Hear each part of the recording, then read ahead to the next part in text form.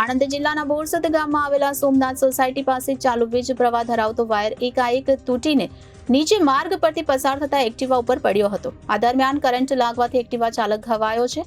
આ ઘવાયેલા વ્યક્તિને ખાનગી કાર મારફતે હોસ્પિટલમાં સારવાર અર્થે ખસેડવામાં આવ્યો છે. આણંદ જિલ્લાના બોરસદ ગામમાં આવેલ સોમનાથ સોસાયટી પાસેના માર્ગ ઉપરથી MGVCLની વીજ લાઇન પસાર થાય છે. આજ રોજ આ લાઇનમાંથી ચાલુ વીજ પ્રવાહ ધરાવતો એક વાયર એકાએક તૂટીને નીચે માર્ગ પર એક્ટિવા નંબર GJ23DA 1916 લઈને જતા વ્યક્તિ ઉપર પડ્યો હતો. આ દરમિયાન કરંટ લાગવાથી એક્ટિવા પર સવાર વ્યક્તિ દાઝ્યો હતો.